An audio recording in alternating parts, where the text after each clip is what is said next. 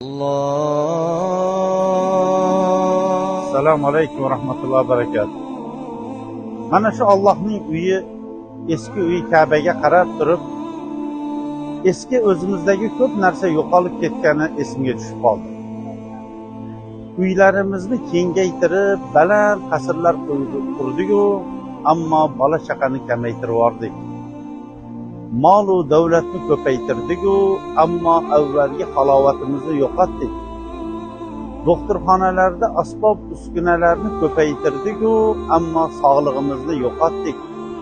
Kutubxonalarda kitoblarni ko'paytirdik-ku, afsuski bolalarimiz kitob o'qimay qo'ydi.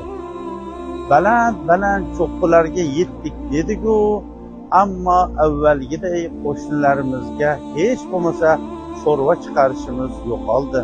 Oshnalarimiz nihoyatda ko'p. To'ylarda hammasi kelishadi. Ammo vafodor sodiqlari yo'q. Do'konlar mato kiyimlar bilan to'la juda ko'p-u, ammo yalang'ochlar undan ham ko'paydi. Hammamiz ko'p narsani bilamiz deymiz-u, ammo amal qilishligimiz ham yo'qoldi. Hajga keluvchilar ham ko'p-u, ammo hojilarimiz oz. Soqol qo'ygan, ro'mol o'ragan, hamsaf bo'lgan birodarlarimiz ham ko'p-u, endi u yog'ini aytolmayman. Birodar, iymoningizni, e'tiqodingizni asrang.